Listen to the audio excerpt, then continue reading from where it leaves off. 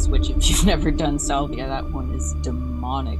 Dream where I Very was demonic. like struggling with a lion and I turned it into like a little cat, and it was psychedelics that we did, like everything that we were doing, we got into mushrooms. And if you were given the true choice, I believe so many people would repent and go to Christ.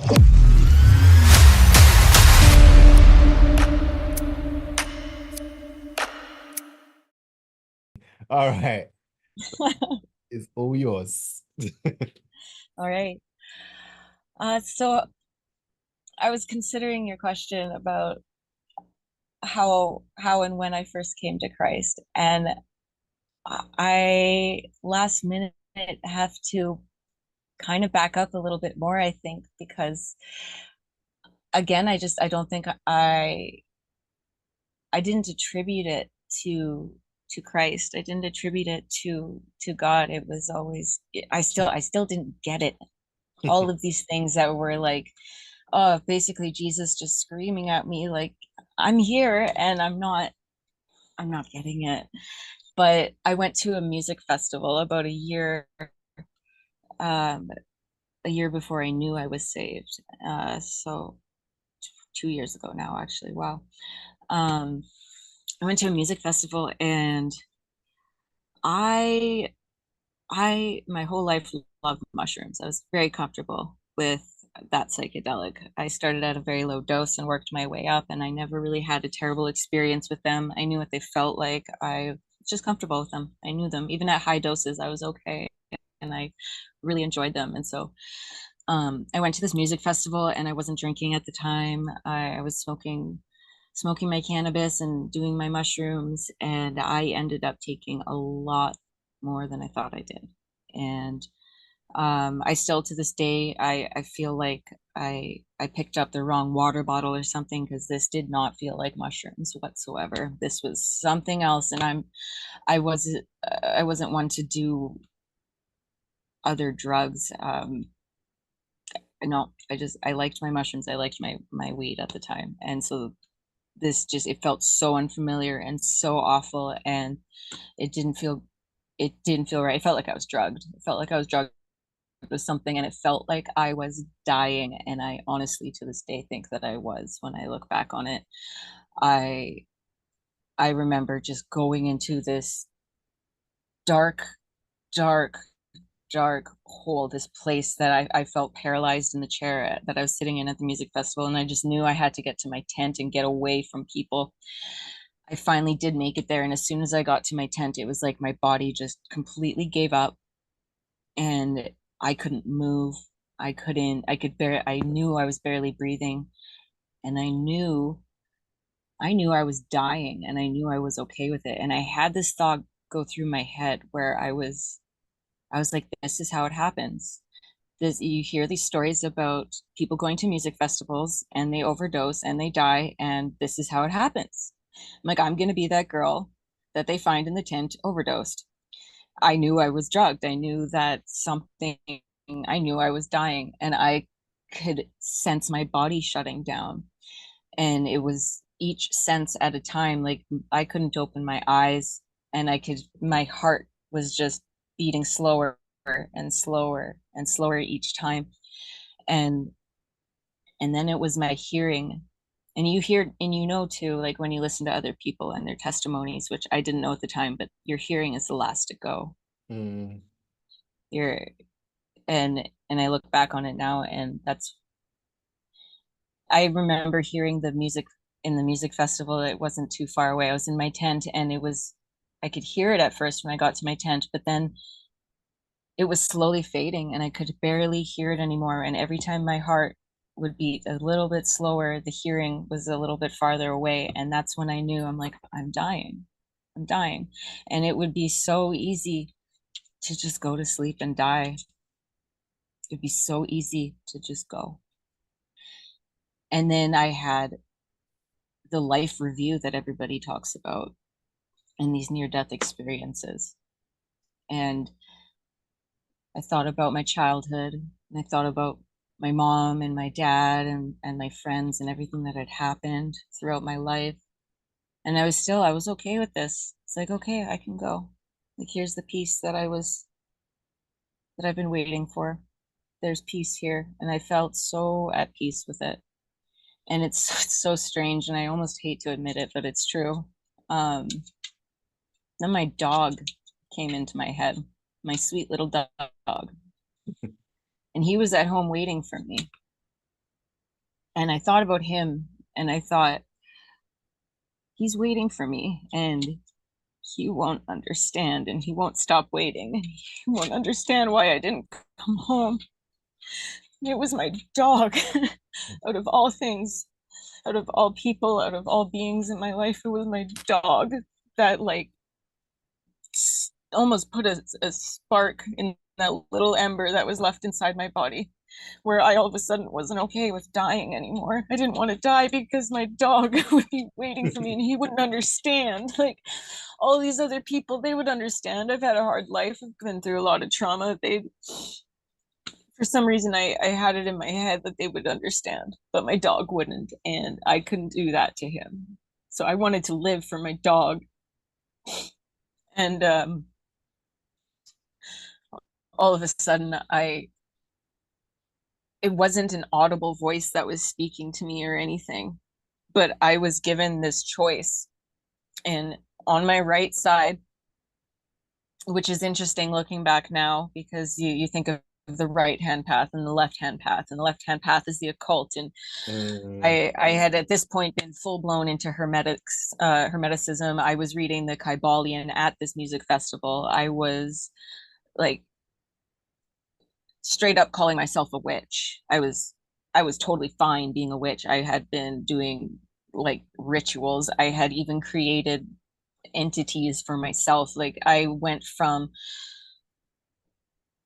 like being opposed to these things and seeing how the music industry was distorted and satanic and trying to wake people up to this, to actually like, doing the signals myself because maybe there was something to this. And like I was just full blown in the darkness. And that's like the left hand path. And I had even made posts about talking about the left hand path. And I was just fine with all of this. I was totally okay with it. But in this moment, in my tent, totally just like my body is literally shutting down. And I'm given this choice. And again, it wasn't with words. It's hard to explain, but there was dark and I could choose the dark. And I knew that I could fall asleep and go into the dark and I could die. I could die. That was a choice. Or right over here, there was like this ember, this little tiny light. This was life. The light was life. And I had a choice between dark and light. And in that moment, I remember in my head, I couldn't speak it out loud, but I said, I choose light, I choose light, I choose light. And I just kept repeating it in my head. I choose light, I choose light, I choose light. And all of a sudden it was almost audible. It wasn't outside, but it was inside of myself where I heard, get up, unzip your tent and go find people and ask for help. And all of a sudden it was like, I just, again, like before this, I was like paralyzed. Like I couldn't move. My body was done. And all of a sudden, as soon as I heard that, I sat up and I took this deep breath. And it was like my heart just restarted and I could feel it. It felt like a shock. It felt like somebody had resuscitated me. I felt like electricity had rebooted my heart. And I sat up and I unzipped my tent. And as soon as I walked out, there was a group of women walking by, and I just like stumbled up to them and I said, I need help. And for the rest of the night, I had a group of women, which I mentioned previously, women were always unsafe to me. So it was kind of an interesting full circle that this group of women didn't leave me all night. And I was so scared that if I went to sleep that I was going to die. So I made sure that they told me they were going to hold my hand and keep their hand on my pulse to make sure I wasn't going to die so that I could sleep. And it was that night I was saved, but I again attributed it to the creator universe, to something else, not Jesus, not God, not any of those things. But that I think was like the first time I chose light instead of the dark. And I knew that I knew I had to choose light, and I knew that I didn't want to go down the dark path anymore that I was on, but I still didn't understand or know Jesus. And I didn't know that this was Christ intervening in my life still. And so it was actually at that music festival that I had met somebody I ended up working for, and I again picked up my life and I moved out to where I am now for this job. I was going to be a brand ambassador. I worked in the cannabis industry for over 10 years. So I was going to be a brand ambassador for this cannabis company out here on the coast, and I was really excited about the job. And it just didn't work out. And it was fine. I ended up moving about 2 hours away from that job to where I live right now on the property that I live now.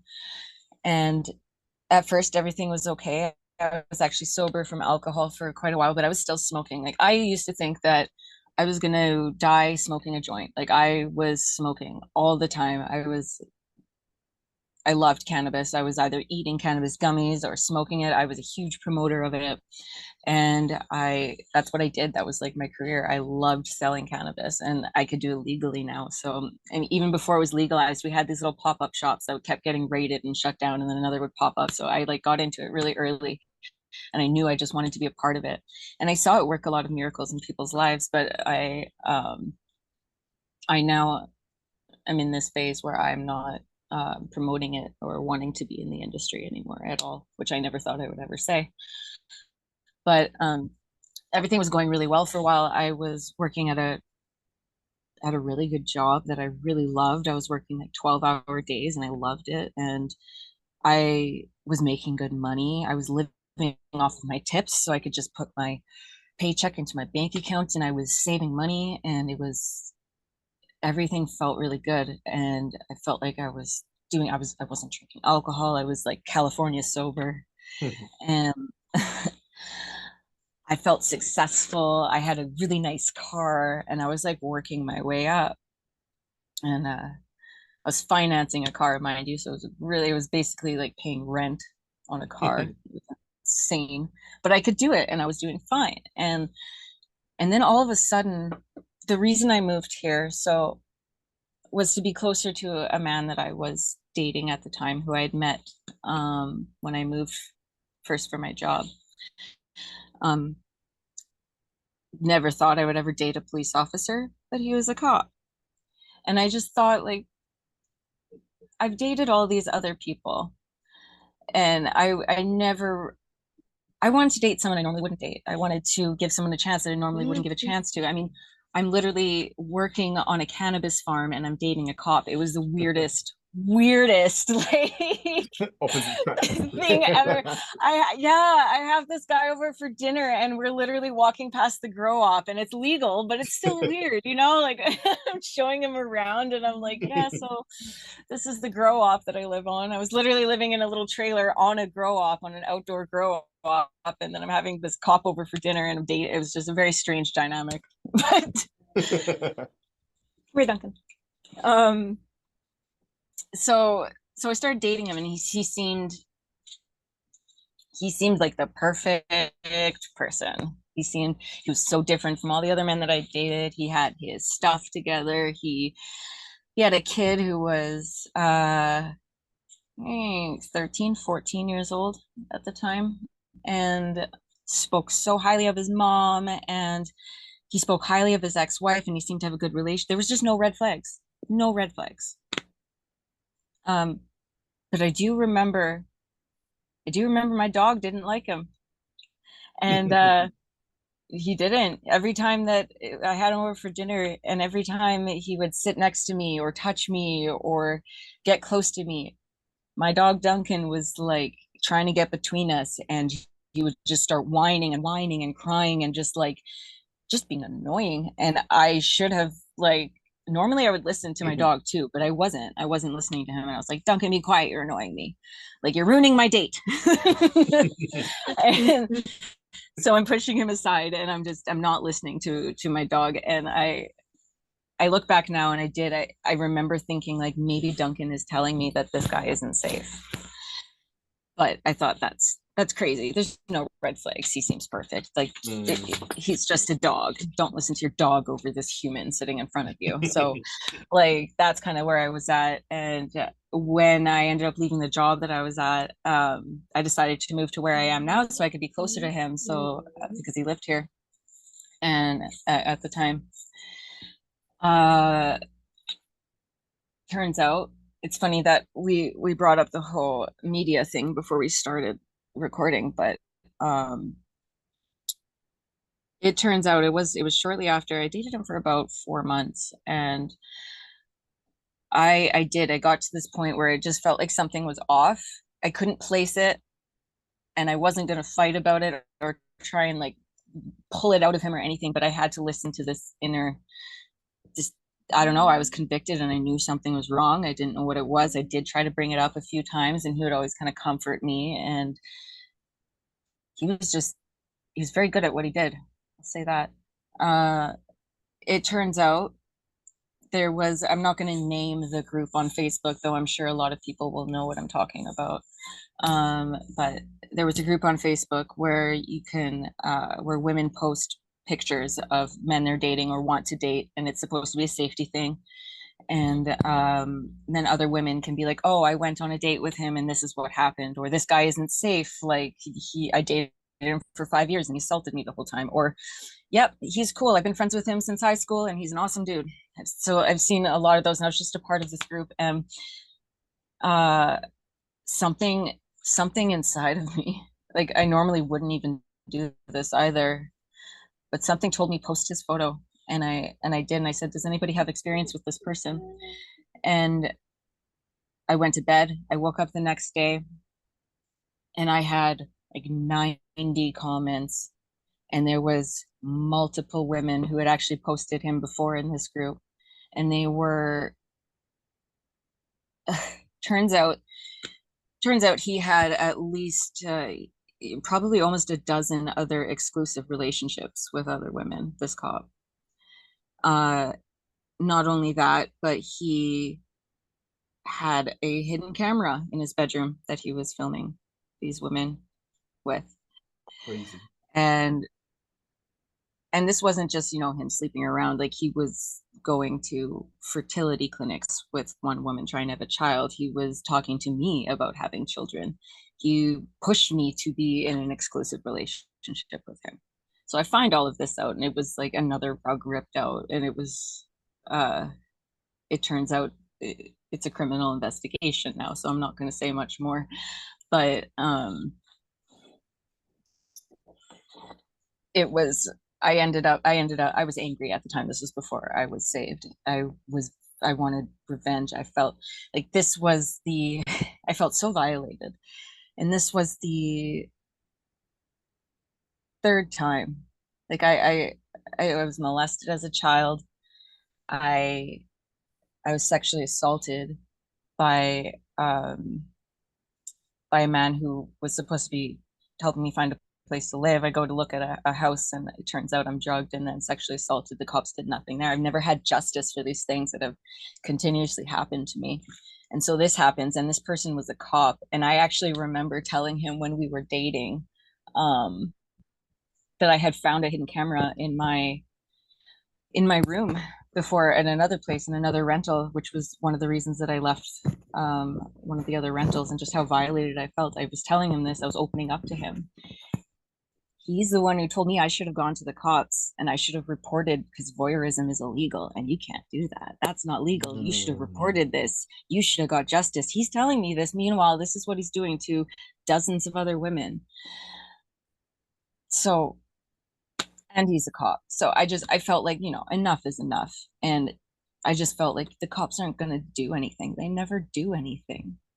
So I wrote to a news channel, and I told them this story.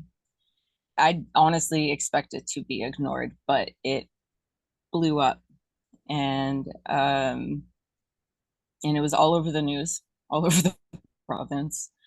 And I almost kind of felt like whoops, like I was angry, and I just wanted to, I wanted something to be done for once, and I didn't expect it to blow up the way that it did. I didn't expect to hear it on the radio. I didn't expect Yeah, this. that's crazy. So that happens, and about a month after that, um my one of my family members, who I'm also not gonna mention because he doesn't want, he hasn't told everybody what's going on yet, I don't think so. For his own privacy, I'm just gonna say one of my family members, was very that I love very much, called me and told me he has leukemia, and it was just another rug ripped out under that. So that it was kind of just like one thing after another. I went to go visit him, which was I took time off work to do that. About like the same day I got back, I lost my job. And so another thing, another thing hits, and it was like bam, bam, bam, all within like 3 months. After I lose my job, I can't afford to keep paying the financed car that I had, which was quite a hefty penny. So my car was repossessed, and it was uh, I just felt like I was being kicked when I was down, and then kicked again, and just being trampled on. Like everything was just being stripped from me. Um, and I look back, and I see how God was like isolating me so that I everything needed to happen exactly how it did. I didn't understand it at the time. I didn't understand what was happening or why it was happening, or it felt like I was just being bullied again by the universe. I felt like the universe hated me, and like I didn't understand why all of these things were happening. I live like almost 35 minutes out of town. There are no buses, there are no cabs. And so I was completely isolated where I am in my little RV on this piece of property where I used to be able to drive into town and do my groceries and stuff. But and I was just isolated all of a sudden. I had no car, and I had a falling out with my family after uh, the leukemia came up, and so my family was taken away, and I barely had any friends at this point. I had isolated myself slowly throughout those months as well. And I just felt like I was done. And I was truly alone. And I had, like, I didn't feel like I had anybody. And I've mentioned that my dog had saved me before. And that wasn't the first time. There had been times where I was sitting there with a bottle of pills, ready to swallow them, and he would literally walk up and like jump on me and knock them out of my hand. Little tiny things where I say my dog saves me, and I mean it. And this time, I I was in a full blown, like the worst depression I had ever been in. Um, I don't think I've ever, no, I've never been that low in my life, even when I was going through the grief of my ex taking his life, any of that. I was just so done through all the trauma that I went through, all these things that kept happening. I was at my wits' end, end of my rope. And I remember one night, this was the night I was saved. Um, I just started crying that day, and I couldn't stop. I was like sobbing, like ugly crying, like, like just, I couldn't stop crying. And I felt like all the grief throughout my whole life was just inside of me, and I couldn't make it stop, and the pain was just awful. And I'd been in similar states of mind before, and again I always went back to my dog and be like, he wouldn't understand. Duncan wouldn't understand. Like, I can't do that to him. I can't leave. He wouldn't get it. And so many times that has like brought me back from that awful suicidal ideation. And this time, like, I was at my lowest. I could barely get up and take a shower. I could barely leave my house. The anxiety was so bad. I was almost like agoraphobic. I couldn't leave my house. I couldn't take my dog for a walk because I felt like I was just going to be attacked. I literally felt like the world was attacking me, and that if I left, I was going to die, and my dog was going to die. And I just, which is odd because I'm sitting there like considering suicide because of this. So really, it's just such a warped, distorted place to be in, where I'm sitting there and I'm looking at my dog, and for the first time, I really considered I I, I was going to kill myself, because I'm sitting there looking at him thinking, he would be better off without me too. Everyone would be better off without me. Even my dog, because I can't even take him for a walk. I can't even give him the smallest thing, and like the smallest thing that he needs, which is just to go outside. I can't even do that. Like, I am literally worthless. I'm a worthless waste of space, of human skin. I don't deserve to be here. And nothing was, I couldn't find a single thing that I wanted to live for. And I started planning it, what I was going to do. And it didn't matter that my dog wouldn't understand anymore. It didn't, just nothing mattered. I was just, it's okay. I was just done. And he's sitting here whining now because I'm crying. He's just so sweet. um, I'm sitting there planning it, and there was just this moment where I don't know. I don't know where it came from. I don't know why. I don't know why I said this. I don't know why I knew to say this, because it wasn't even that I didn't know Jesus. It was that I was actively opposed to anything, anybody, Jesus. I like, if somebody told me they were Christian, I didn't want to be their friend. I wouldn't let them be in my life. If I heard worship music, I'd get angry. I think I told you this before, but I remember walking down the street, walking home from work once, and a very lovely person is walking by me, and they just look at me and they smile with the most genuine smile, and they say, "Jesus loves you." They weren't trying to evangelize me or anything. They're literally, so yeah, it wasn't like this person was trying to evangelize me. It was just being a lovely Christian walking past me, just looked at me and said, "Jesus loves you," and smiled. And I just wanted to punch this person in the face. Like, how dare you say that to me? I just got angry. And this would happen anytime that I heard the name Jesus.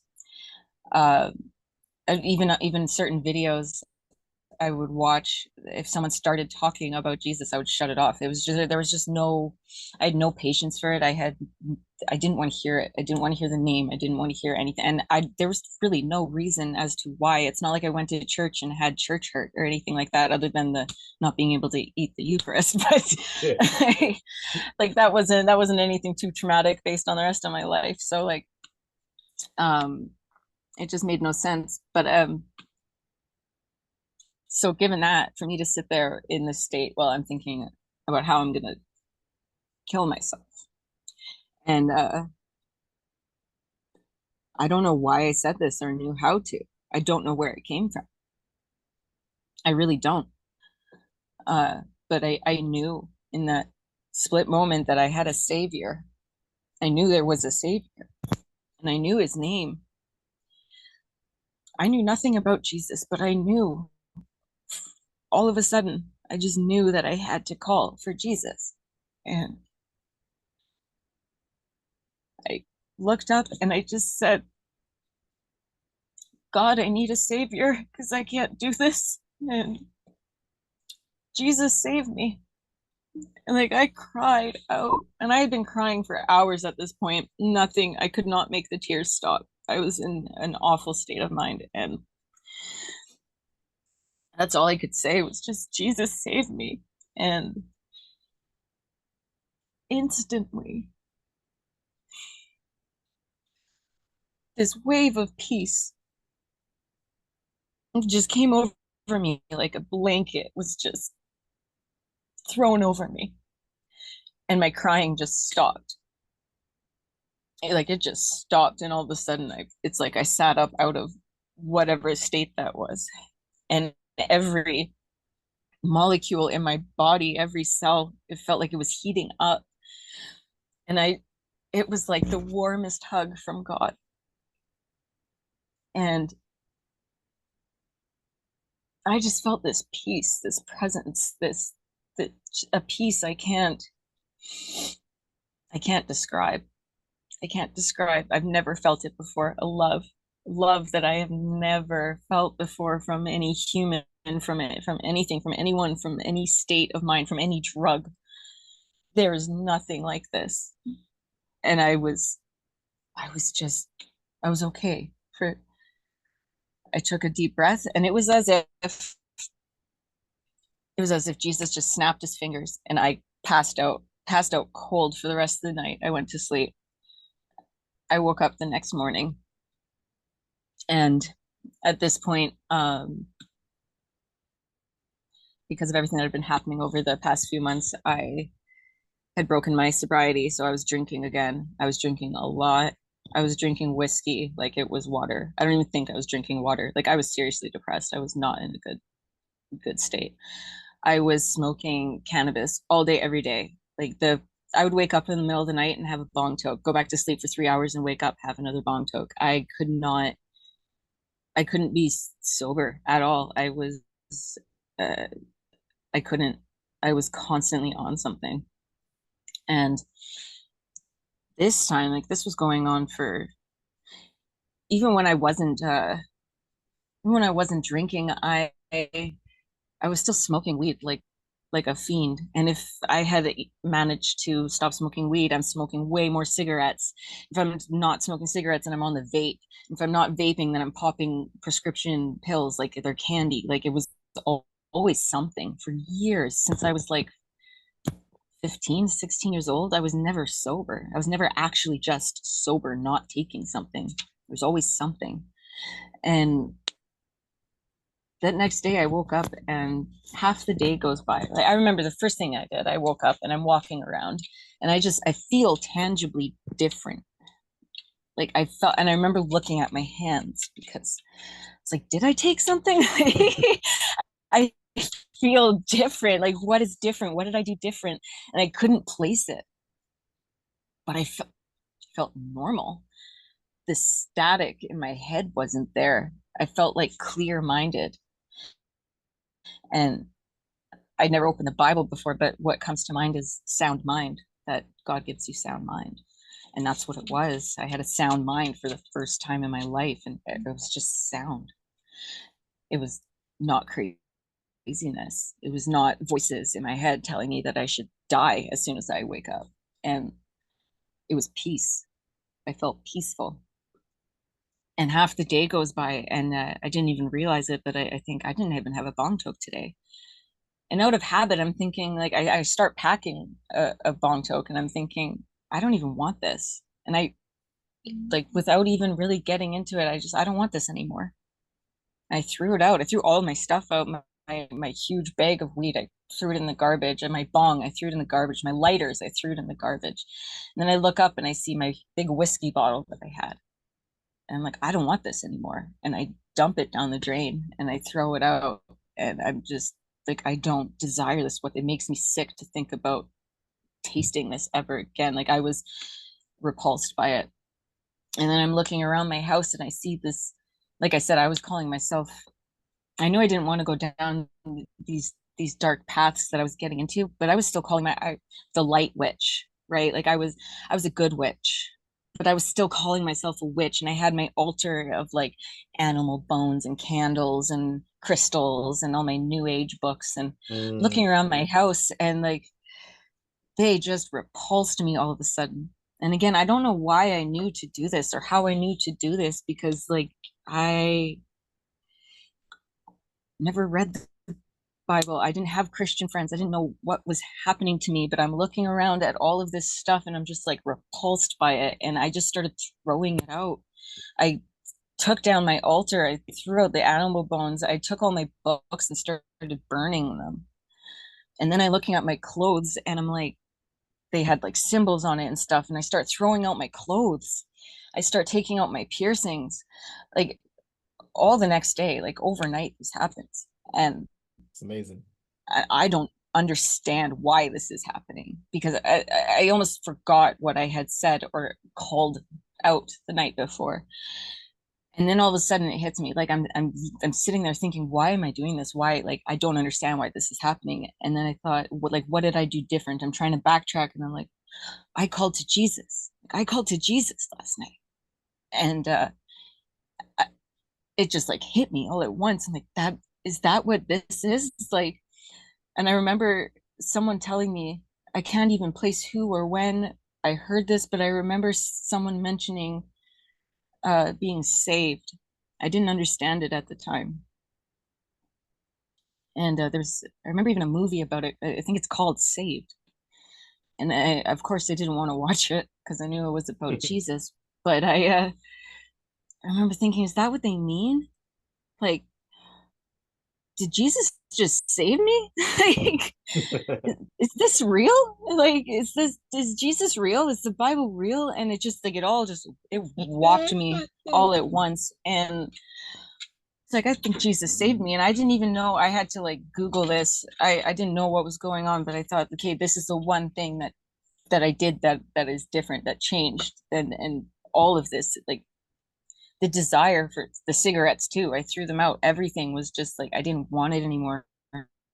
And my prescription pills. It was just all I threw out all my whole life in like within a few hours, and my identity within a few hours. I didn't get it. So I go on YouTube and I didn't even know what to type in. I didn't know what testimonies were. I didn't know that they existed at all. I didn't know that the New Age was connected to Satanism and Hermeticism. I didn't understand these things, and so I just went on YouTube and I just typed in the search bar Jesus. Like I don't know what else to type in. Let's see what people have to say about that. And the first testimony that well, the first thing that comes up is a testimony, and it says from witchcraft to Jesus. And I was like, is that what is happening to me? Like I need to watch this. I'm literally calling myself a witch and I just threw out all of my witch stuff and I'm like, what is happening? Like I didn't, it was just crazy. And I put on this testimony and this woman talking is like speaking my life to me. Like she went through the exact same things. And I just broke down and started crying. It destroyed me because she's talking about all the things that I went through. I felt understood for the first time in my life. Like she's talking about how when she was 13, she's been depressed since she was 13 and now she's almost 30, which I'm 30. And she's like, something is wrong and none of these new age practices are working. The yoga isn't working. Which I also got into. Yes, it destroyed me. It basically destroyed all of the belief system that I had. And I realized, I look back and I kept saying when I was coming out of this that it feels like I'm leaving a cult. And it's because I was. The New Age movement, let's call it what it is. First of all, it's a cult and it's not new at all. It is a very old concept and it is extremely intertwined with Hermeticism and Marxism and really socialism, all these things. And it's not a new concept at all. The New Age has been going on for a long time and it's not new. It's not new. It is cloaked in light and love and it is so deceptive. And I Mm. didn't I it was like I realized all of a sudden all at once what I was doing. And I remember literally falling on my knees and just being like, Lord, what have I done? Like I literally said that, like, what have I done? What have I done? Like I realized I had I died in that car accident, I would have gone to hell. Had I died in that tent, I would have gone to hell. and I narrowly escaped it. And it, it was that same feeling as like almost getting into an accident or almost getting hit by a car or something. You're like, whoa, whoa, like that almost happened. Like that's how I felt. It was like that almost happened. I almost went to hell. I almost went to hell. And it was just this realization all at once. I'm listening to this woman talk, and she's talking about how all of these modalities that she tried, that I've tried, the yoga, the tarot cards, all just everything, all of these new age self-help books, all of the self-help books, how they weren't helping anymore. And then after that testimony, I see another one and another one and another one, and there are just hundreds of people talking about how they've escaped the new age cult, and how it's like from new age to Jesus, from witchcraft to Jesus, from all of these things that people get caught up in to Jesus. And I decided to go online one day and kind of see if there was a the other way around. Like, is there any videos from Jesus to new age, or is there any videos from Jesus to hermeticism? Is there anything and no, there's not. You can't find it, but there are tons of testimonies of people talking about how Jesus has saved them from all of these things, which aren't all of these things. They are one big thing, one big cult that is, it's so deceptive. And I mean, I honestly think that the media portrayed things like Charles Manson and stuff like that for a reason. It's so that when you hear the word cult, like you don't think of a lot of different people who aren't, like, when you hear the word cult, you think of one little tiny group of people, and they're listening to one follower and they drink the Kool-Aid. But this is so much bigger, and so it can't be a cult. You can't have hippies and Satanists and all these different kinds of people in a cult. But it is all just one giant cult. And when you're leaving it, you realize that it's like the veil is lifted and you can see it for what it is, and it is all the same thing. And that's how I felt, was like the tarot cards weren't working anymore, or the yoga wasn't working anymore. And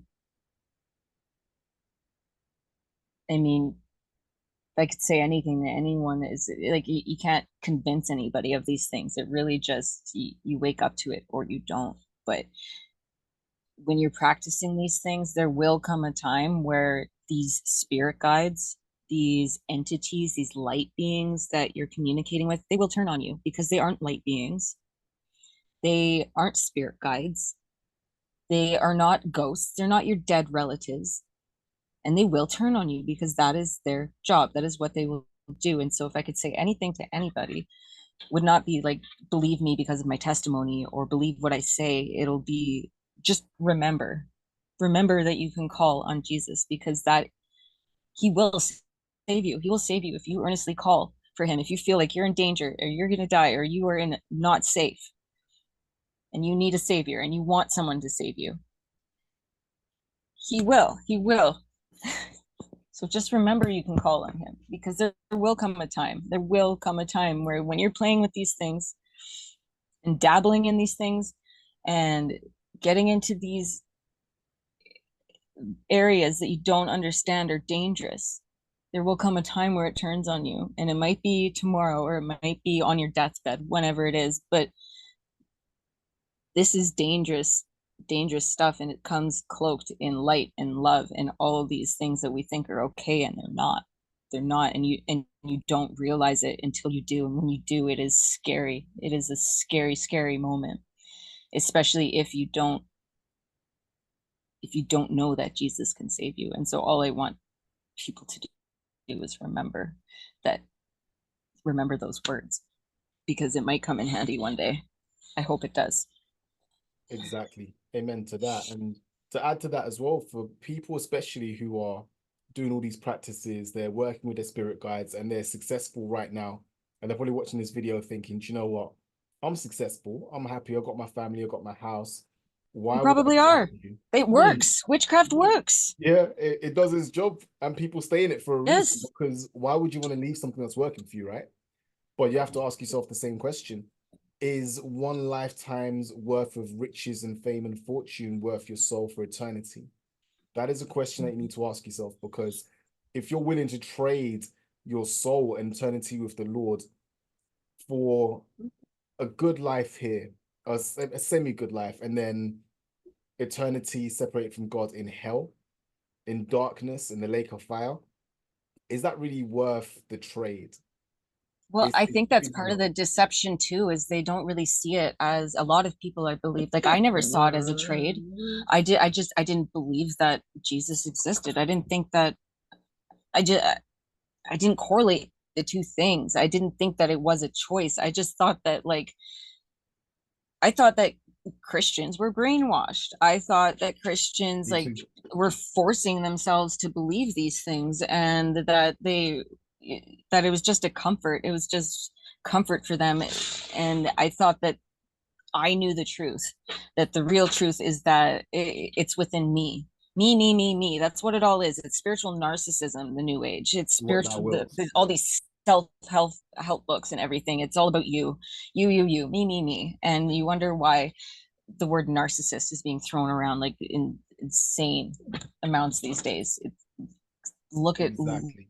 look at everything that is in our worldview these days. It's all over the place. And it used to be witches were hiding, and that there was something no one really talked about, but it is right out in the open now. People are like I was straight up just calling myself a witch.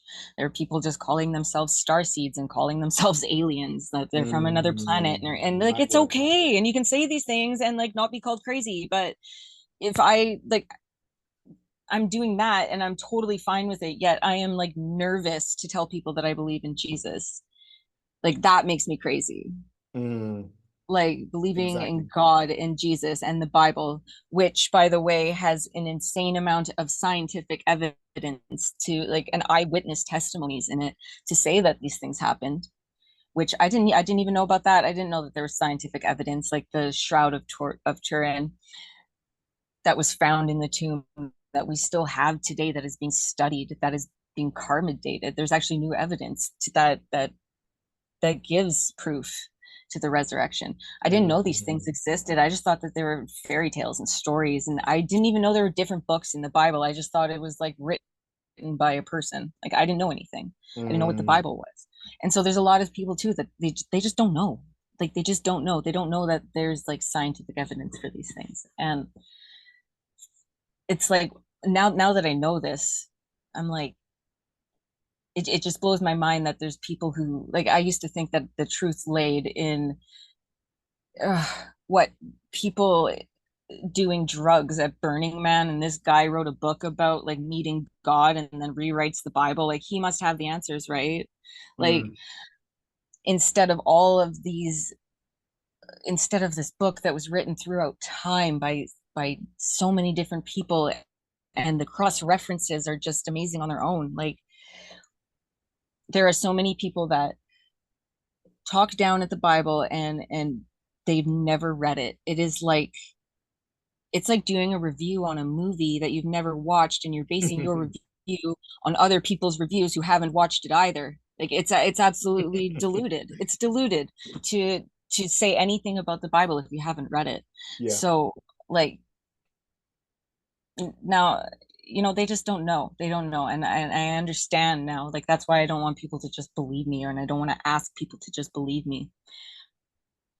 But I also like because I can understand. Like I was that person. I know where they're sitting, and I know what I sound like to them when I say these things. So yeah. I know I'll be hated. I know, and I'm not going to take it personally because like I remember feeling that way about Christians. I remember what it was like to hear these things. So I mean, I I pray for them. I pray for people who haven't been saved, and I pray that they will be, because I didn't think that these experiences like that I took drugs and I had these amazing experiences that I thought I was close to God, and I felt so close to God throughout these mushroom experiences, these psychedelics, and these even just meditating on its own, and astral projection on its own is just, it feels godly unless you've actually actually felt God, then all of this, you just see it as counterfeit. You know it is. You just, Mm, there's nothing like it. It's all just counterfeit. Sorry, but crap. It's crap. It's garbage. And you don't know that until you met Jesus. You don't know it. And when you do meet him, you know it's not anything else. Like, you just, there's no way you can just explain it with words to someone. I mean, we can try, but it's like falling in love. How do you explain falling in love to somebody who has never fallen in love before? Like, there's people who have never fallen in love and they look at people who have, and they're almost disgusted by them. They're like, oh, it's just chemicals in the brain, and it lets off endorphins, and they scientifically try to explain falling in love because they've never felt it. But it's not always a rational, like, logical thing that you can break down into science. There's something else there, and until you've felt it, you just you can't explain it. And if you have, then you don't have to. You can just tell someone who has fallen in love, like, that feeling where, he's just, you get that thing inside, and they're like, yeah, man, I get it. You don't, there's no words for it. exactly. But you couldn't possibly explain it to somebody. You couldn't possibly, that hasn't felt it before. But it does exist. And that's what Jesus is to me. And like, I didn't choose to believe in Jesus. It didn't feel like a choice. It just happened. It was like falling in love. I just, all of a sudden, it was like waking up and just having something I've never had before and that I never want to lose because he saved. Amen. He saved. Amen. That is honestly, that is amazing. I don't even know what to say because your testimony is so strong. It's so powerful, man. I do feel generally it's going to help a lot of people, especially women who are still stuck in the New Age movement, who don't believe that what they're doing is wrong. And it's just the small things, even the crystals, the tarot cards, the Oh, yoga. They'll believe these things are just normal. It's because the Western world has made it so casual to do these things and they don't actually understand the spiritual background behind them. So well, your exactly. testimony, it will honestly go so far to helping these people see the truth and step away from the darkness and into the light. But I know we could talk for the next like 3, 4, 5 hours because Forever. there's the Yeah, for yeah, days. there's so much. And I do think generally we need to do some more stuff. We need to do some more videos. I would So love to. There's yeah, lots of topics we could get into, just, yeah, literally. So tons. yeah, honestly, thank you so much for your time today. We'll talk again very, very shortly to organize a few more videos. I'm sure all the guys on the channel already would absolutely love to hear more from yourself, even do a bit of a Q&A. If anyone's got any questions actually for Anna, please put it in the comment section. If you're still involved or if you're out of the New Age movement and you want to know how she's getting on, what's happening, advice for people who are still in, please put it in the comment section and get in touch. And I will be doing a channel as well where she'll be talking to other people and helping them through their journey out of darkness and into Christ. So Mm, thank you so much for your time. Once your channel's live and thank everything's you. good, I'll pin it into the description in the comment section as well. But thank you. Absolutely. Thank you so much. And we'll speak to you very soon. Yes, you will. Thank you, Isha. Take care. You too. When